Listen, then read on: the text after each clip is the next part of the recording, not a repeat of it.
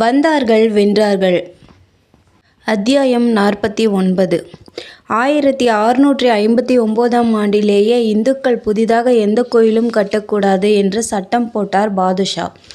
பழைய கோயில்கள் ரிப்பேர் வேலைகள் எதுவும் மேற்கொள்ளக்கூடாது என்ற சட்டம் தொடர்ந்தது. கடந்த 10 ஆண்டுகளுக்குள் கட்டப்பட்ட எல்லா கோயில்களும் இடிக்கப்பட வேண்டும் என்று ஆணை பிறப்பிக்கப்பட்டது. கவர்னர்கள் தங்கள் நிர்வாகத்தின் கீழ் உள்ள கோயில்களை இடித்து தள்ள வேண்டும் என்று 1669ஆம் ஆண்டு பொதுவான ஆணை வந்தது. காசி, மதுரா, சோம்நாத் கோயில்கள் இந்த சட்டத்துக்கு பலியானவற்றில் முக்கியமானவை.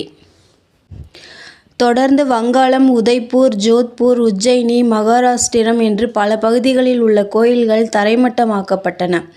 அடுத்த கட்டமாக தீபாவளி, ஹோலி பண்டிகைகளுக்கு தடை விதிக்கப்பட்டது.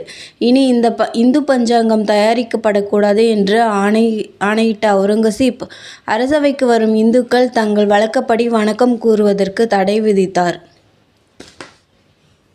ஒரு காலத்தில் முஸ்லிம் அல்லாதவர்களுக்கு விதிக்கப்பட்டிருந்த பிற்பாடு அக்பரால் ஒழிக்கப்பட்ட ஜெசியா என்னும் வரி மீண்டும் கொண்டுவரப்பட்டது. இந்துக்களுக்கு மட்டும் கஸ்டம்ஸ் வரி 2 மடங்காக உயர்த்தப்பட்டது. முஸ்லிம்களைத் தவிர ராஜபுத்திரர்கள் மட்டுமே பல்லக்கு மற்றும் குதிரையில் செல்லலாம், வாள் வைத்துக் கொள்ளலாம் என்று முழங்கினார் பாதுஷா. ஆங்காங்கே இந்துக்களை மதம் மாற்றும் முயற்சிகள் பெருமளவு எடுக்கப்பட்டன. மதம் மாறுபவர்களுக்கு சலுகைகள் வழங்கப்பட்டன. பல்வேறு குற்றங்களுக்காக சிறை தண்டனை பெற்றவர்களில் முஸ்லிமாக மாற ஒப்புக்கொண்டவர்களுக்கு தண்டனை குறைக்கப்பட்டது. மனதளவில் இந்துக்களிடம் வெறுப்பை வளர்த்து கொண்டிருந்தவர் என்று அவுரங்கசீப்பை சொல்ல முடியாது. ஒரு தீவிரமான உண்மையான முஸ்லிம் என்கிற முறையில் சட்ட திட்டங்களுக்கு உட்பட்டு பாதுஷா கண்டிப்பாக நடந்து கொண்டதன் விளைவுதான் இத்தனையும் என்று ஒரு கோணத்திலிருந்து தர்க்கம் புரிபவர்களும் உண்டு. அவுரங்கசீப்பின் உடலில் ஓடும் இரத்தத்தை எடுத்துக் கொண்டால் அவரே ஒரு முழுமையான முஸ்லிம் என்று கூற முடியாது. அவருடைய தந்தையான ஷாஜஹானின் தாய் இந்து பெண்.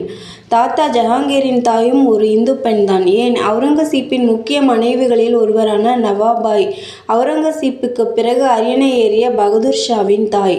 காஷ்மீர் இந்து அரசரின் மகள். அவுரங்கசீப்பின் ஒரே காதலி என்று கூறப்படும் தென்னிந்திய பெண் ஹீராபாய் ஒரு இந்து பெண்தான் என்பதும் அவுரங்கசீப்பின் சார்பில் சிலர் முன்வைக்கும் வாதங்கள். ஆனால் ஒன்று, தன்னையும் சட்டங்களின் பிடியிலிருந்து விட்டு வைத்துக் கொள்ளவில்லை சக்கரவர்த்தி. ஷாஜஹான் பின்பற்றிய உப்பரிகையிலிருந்து மக்களுக்கு தரிசனம் தரும் வழக்கத்தை அடியோடு நிறுத்தி கொண்ட பாதுஷா தன்னை பற்றி கவிதைகள் புனைவது, ஓவியங்கள் வரைவது எல்லாவற்றிற்கும் தடை விதித்தார்.